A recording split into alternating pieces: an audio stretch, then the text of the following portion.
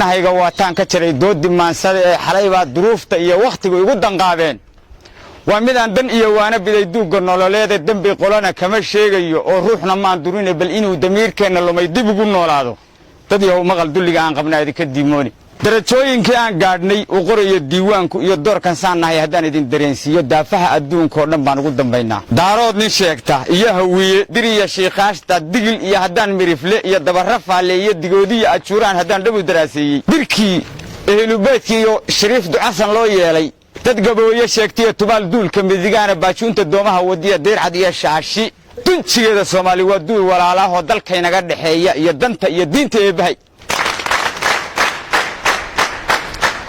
iyagoo se wada duuban oo uliya diirkeeda waatay dagaal kaga fureen labada daamood ummaddiina waa kala didoo dacalba meel aad kala dire dadkii wada dhashiyo duqiyo wiilkii danwadaagtii soomaali iyo dariskii naafow waataa dadkeennii xeryaha dayran loo dhigay oo dumarkii iyo carruurteenni baa loo dawarayaa war haddii aan laba gacmood la isku darin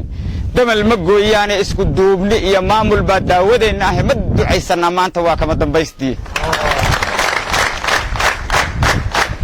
afartaa daliil gabay haddaan idin dareensiiyey inta dawlad iyo maamul iyo madaxna loo doortay ee loo durbaantumay intay danuna raacsiisay ee nooga sii daray ka badan doogga geedaha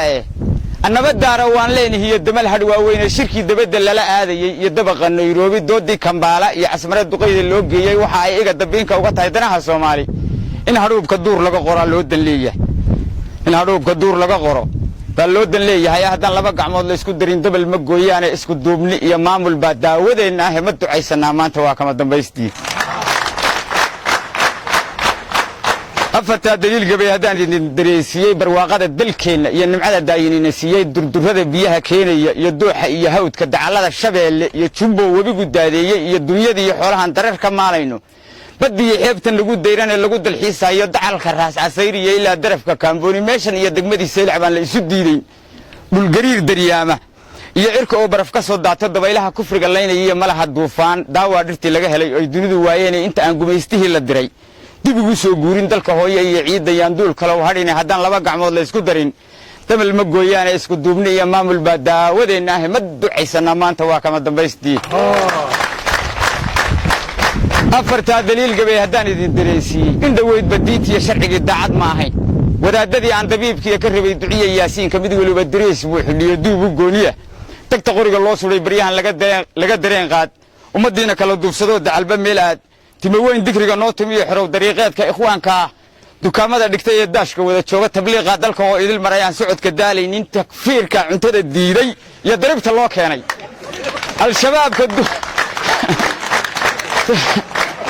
takfiirka cuntada diiday iyo daribta loo keenay al-shabaabka duubkiiyo qoriga nagula doodaya iyo daacish baa soo baxoo duul kalaa yimid intaasoo daliil sheegaysoo diinta wada haysta oo misena iswada diidan baa doorkan la arkaa waxa dabiya baasiin ka dhigay daranayaa sheega war bal diinteenna waa mida maxaa culimmadii doorshay duruucdiiyo ujeeddada haddaan idin dareensiiyo dabargoynta soomaali baa loo dan leeyahay haddii aan laba gacmood la isku darin dabal ma gooyaane isku duubni iyo maamul baa daawadeenna ahe ma ducaysannaa maanta waa kama dambaystii